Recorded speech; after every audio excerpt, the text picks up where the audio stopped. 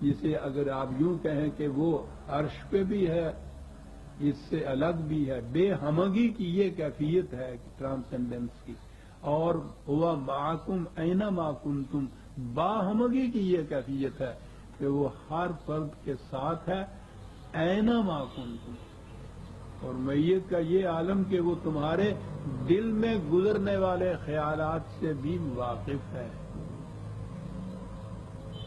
یہ معیت اس کی یہ نہیں ہے کہ وہ ایک پیکر میں ملبوس ہے اور ہمارے ساتھ چل رہا ہے، بات اس کے علم کی ہے، بات اس کے قانون مکافات کی ہے، وہ ہر مقام پہ ہر فرد کے ساتھ ہے۔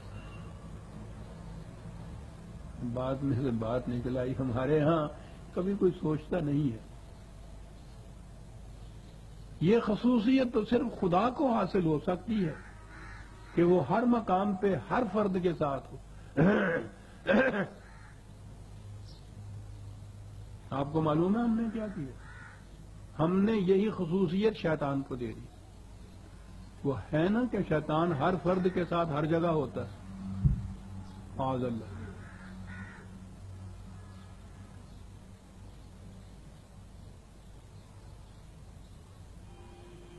کبھی نہیں سوچتے ہم کیا کہہ رہے ہیں۔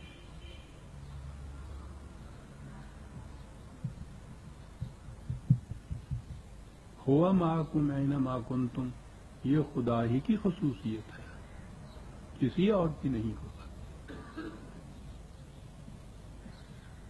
کتنی متضاد چیزیں ہیں جو بہت بجا وقت ہم کہہ جاتے ہیں، اور کبھی اس لیے کہ غور کرنا، فکر کرنا، سوچنا تو ہمارے ہاں حرام کراتے ہوتے ہیں، ورنہ اگر ذرا کہیں کھڑے ہو کر جیسے قرآن نے کہا کہ ذرا رک جاؤ، ٹھہرو، ذرا سوچو، ثم تتفکروا، پھر سوچو ہم کیا کہہ رہے ہیں۔ کیا یہ دو متضاد چیزیں خدا اور شیطان وہ ایک صفت جو ہے بڑی اہم صفت، وہ خدا کی صفت بھی اور دوسری جگہ ہم شیطان کی وہ صفت کہتے ہیں کہ وہ ہر فرد کے ساتھ ہوتا ہے، ہر جگہ ہوتا ہے۔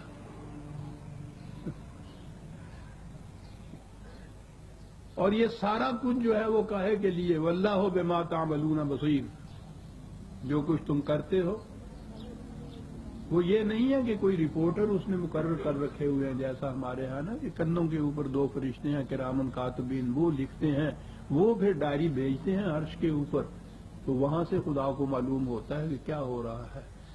وہ معکم اس لیے ہے کہ بما تعملون بصیر، وہ براہ راست ڈائریکٹ انفارمیشن حاصل کرنا جسے کہتے ہیں، خود اپنی آنکھوں سے دیکھ رہا ہے۔ ان الفاظ میں جو کہا جائے گا یہ نہیں ہے کہ وہ اپنی آنکھوں سے دیکھ رہا ہے، یعنی وہ کسی اور کی پہنچائی ہوئی انفارمیشن کی بنا پر فیصلے نہیں کرتا،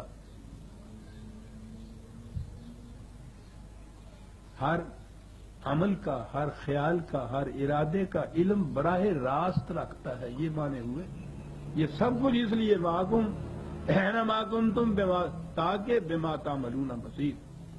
اب وہاں آیا جو میں نے ابھی عرض کیا تھا کہ وہ عرش، اس کے معنی اقتدار ہے، اس کی وضاحت کرتا چلا جاتا ہے۔ لہو ملک السماوات والارض، اب یہ ملک السماوات والارض نے بتا دیا کہ عرش کے معنی کیا ہیں۔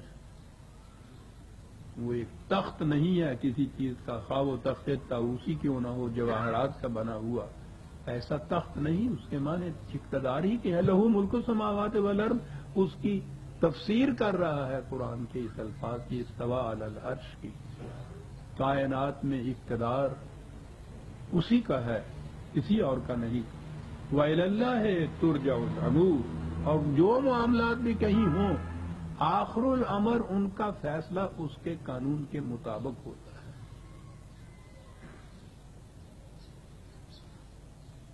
آپ کو یاد ہے جب وہ آیا تھا اِنَّ لِلَّهِ وَإِنَّا إِلَيْهِ رَاجِعُونَ، تو میں نے بتایا تھا کہ اس کا مفہوم کیا ہے اور ہم کیا کہتے ہیں اس کے معنی۔ اتنا انقلاب آور وہ اعلان ہے،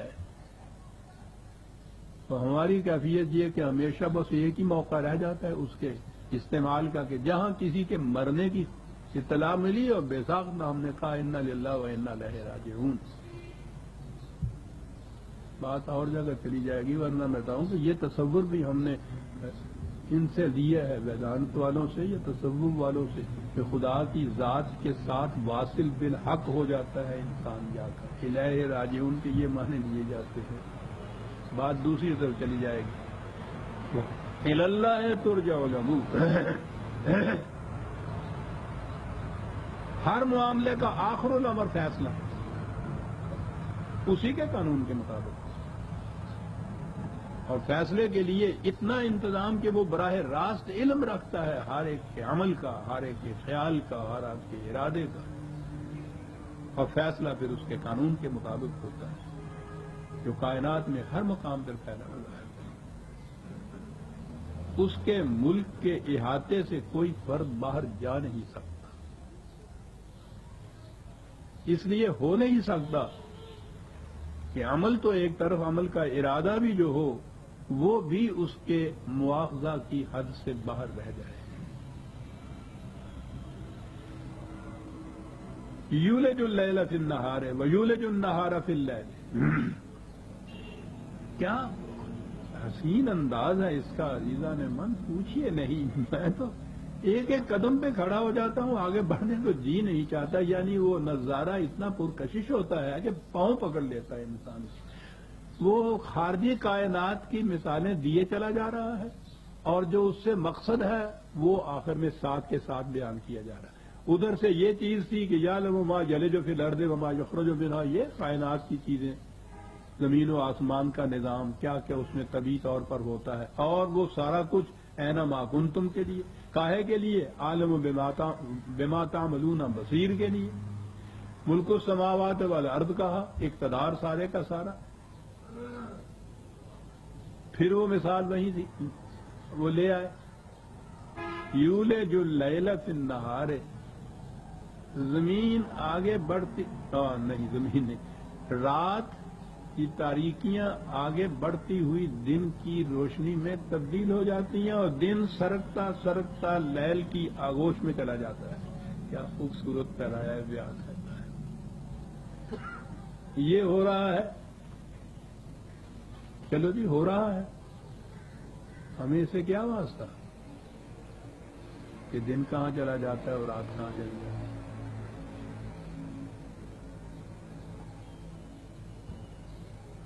اور پھر اسی تفسیر سے اگر آپ پوچھنا چاہتے ہیں، جو اس دور کے لوگوں کے ذہن کی تخریص تھی، اور پھر وہی چیز کہ رسول اللہ صلی اللہ علیہ وسلم کی طرف منسوب، کہ حضور سے پوچھا گیا کہ سورج رات کو کہاں جاتا ہے، تو آپ نے فرمایا کہ یہ اللہ کے عرش کے نیچے جا کے چھپ جاتا ہے، اور دوسری صبح کو فرشتے اس کو کچو کے دے دے کے پھر نکالتے ہیں کہ چل، اور پھر آ جاتا ہے. عزیزان من، ہنسیے نہیں، روئیے اور خون کے آنسو روئیے. آپ کے ہاں کے بچوں کو اسلامیات کے نام سے جو تعلیم دی جاتی ہے وہ یہ ہے، اور اس پہ اگر آپ کی مسکراہٹ ہے تو فوراً انکار حدیث کا فتویٰ لگ جائے گا اور مرتد قرار پا جائیں گے آپ. کہا یہ جاتا ہے. دن اور رات کی اس کیفیت کو بیان کرنے کے بعد پھر اصل مقصد کی طرف، وَهُوَ عَلِيمٌ بِذَاتِ الصُّدُورِ، تمہارے دلوں میں گزرنے والے خیالات سے بھی واقف ہے. کہا یہ ہے خدا وہ جس کے متعلق کہا جا رہا ہے کہ آمنوا باللہ، اس خدا پر ایمان لاؤ. اور یہ باتیں کہاں سے تمہیں معلوم ہوئی؟ اس وحی کے ذریعے جو خدا نے اپنے رسول کی وساطت سے تم تک پہنچایا. اس لیے خدا پر ایمان اس وساطت سے لایا جائے گا جو وحی ہے جو خدا نے دی. اس لیے آمنوا باللہ و رسولہ. اور سب سے پہلا قدم جو ہے اس تمام اہتمام کا جو یہاں کیا گیا، وہ سارا کائنات کا باہر نظم و نسق کاہے کے لیے ہے کہ جو کچھ انسان جو جاندار مخلوق خدا نے پیدا کی ہے وہ سامان پرورش وہاں سے حاصل کر سکتا ہے. یعنی اس کے ساتھ ہی اس نے ذرائع پرورش بھی پیدا کر دیے ہیں. ارض و سما کا انتظام اس کے لیے ہے